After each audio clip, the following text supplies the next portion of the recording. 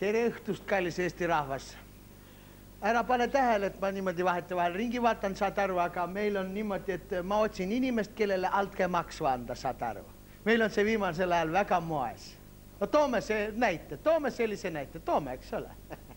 No, ühesõnaga, mul käis siin hiljuti Sitsiiliast üks tuttav mafiooso käis külas. Käisime mööda linna, tema muudki imestab, mamma mia, nii väike maa, saad aru, eks ole.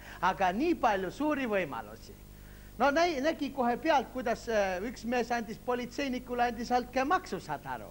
Aga kohtunik patsutab õla peale, ütleb, tubli poiss anna veel, saad aru, no. No siis mõtlesin, et äkki sul on vaja, saad aru, seal Sitsiilias ka on, teil on maffiaprotsessid, et võib-olla ka niisugust kohtunikku vaja. Te mõtles, et ei ole meil praegu midagi vaja, aga 2 päeva pärast oli faks kohal, et olge kenad mehed, saatke meile kah neid ahvisid, kes teil seal kohtuniku tooli peal on, et tsirkus Barcelonast küsib seda. Ja, no, hea küll, nali naljaks, saad aru, aga mina arendasin seda eriideed edasi. No toome näite, no toome ühe näite, no toome, eks ole. No avasin altkäemaksu kontori, saad aru, no võtsin, andsin rohkem altkäemaksu, enam pakkumisi, vähem pakkumisi, premeerisin kõige paremaid altkäemaksu võtjaid ja kui vahele jäin, siis ütlesin, et ma sain šoki.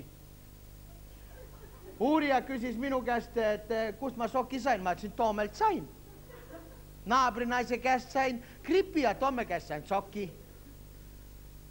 Uurija ütles selle peale niimoodi, et vaata, oi, sa jumal, kukkus ümber see kana, saad aru. See on ka niisugune samasugune kana nagu Eesti Vabariik, saad aru, kukub ümber vahetevahel. Küll, aga tähendab, ma ütlen sulle selle peale niimoodi, uurija ütles, et šokk pole nakkav, saad aru. No ma läksin kohe tohtri juurde ja tead, oota nüüd, ma ütlen sulle kohe. Arsti juurest tulin tagasi, mul oli pabertaskus, et mul on šokk, närvivapustus ja afektiseisund. Tohter küsis selle, või see uurija küsis minu käest, et kuidas ma nii ruttu hulluks sain. Ma ütlesin, et ma rääkisin tohtriga nagu ärimees ärimehega, saad aru. Aga tead, tegelikult mind šokeeris kõige rohkem see, et nii väikese raha eest oli võimalik nii suur hotell ära erastada, saad aru. Ja siis väikese altkäemaksuga vahele jääda. Aga teine huvitav asi oli see, muidugi see oli meeldiv, et meil siin Eesti Vabariigis, no ma ka Eesti kodanik, ma olen Jack Bull, saad aru, ma olen sealt kaugelt, aga mul on see sinine pass on, saad aru. Et mind hämmastas see, et siis kui Eestis on veel neid korralikke politseinikke on. No igal juhul nüüd ma olen loll valmis, saad aru, no.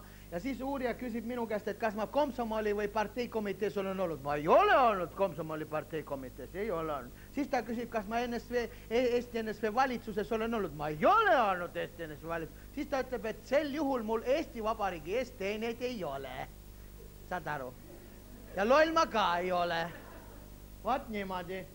Selle peale tead, poole päeva pärast ma tõin talle tõendi, kus ühe paberi peal oli kirjas, et ma olen vabadussõja veteran ja partei veteran juba 1917. aastast. Selle peale sai uurija paru vihaseks, ütles, kuule, et kas sa tahad mind lolliks teha? Ma ütlesin, kurat, terve Eesti rahvas tehakse praegu lolliks. Miks ma sind ei või teha, saad aru? No vaat.